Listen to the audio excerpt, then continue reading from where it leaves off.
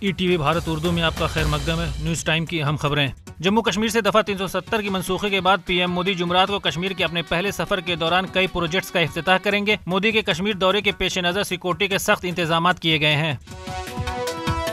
جموں کشمیر کی session court نے 2022 میں ایک دوشیزہ پر تیزاب پھینکنے والے مجرم کو عمر قید کی سزا سنائی ہے۔ عدالت نے حملے کی سنگینی پر زیادہ سے زیادہ سزا دینے کا جواز پیش کرتے ہوئے کہا کہ مجرم کسی نرمی یا ضمانت کا مستحق نہیں ہے۔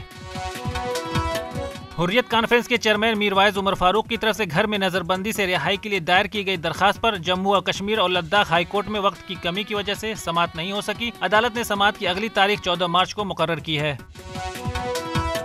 وزیر اعظم نریندر مودی نے کولکاتہ میں ملک کی پہلی زیر آب میٹرو سروس کا افتتاح کیا۔ اس کے ساتھ انہوں نے مغربی بنگال میں دیگر کئی منصوبوں کا سنگ بنیاد بھی رکھا۔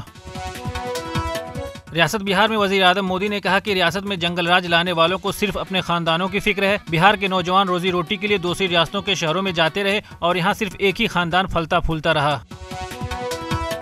مدھیہ پردیش میں کانگریس کی بھارت جوڑو نیائے یاترا کا آج 5واں اور آخری دن ہے۔ ریلی سے خطاب کرتے ہوئے راہل گاندھی اور ملکہ ارجن کھڑگے نے مودی حکومت پر مہنگائی، بے روزگاری اور کسانوں کے مسائل پر سوالات کھڑے کیے۔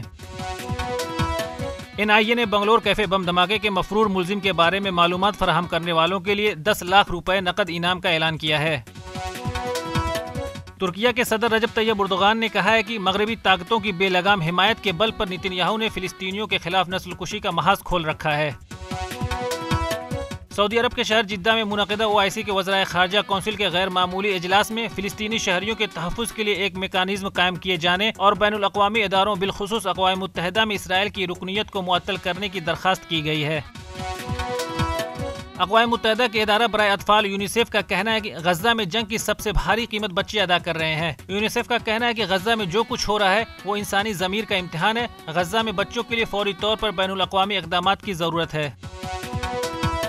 بھارت اور انگلینڈ کے درمیان 5 ٹیسٹ میچوں کی سیریز کا آخری میچ کل سے دھرمشالہ میں کھیلا جائے گا۔ سیریز میں بھارت کو 3-1 سے ناقابل تسخیر برتری حاصل ہے۔ خبروں کی تازہ اپڈیٹس کے لیے لاگ ان کریں www.etvbharat.com۔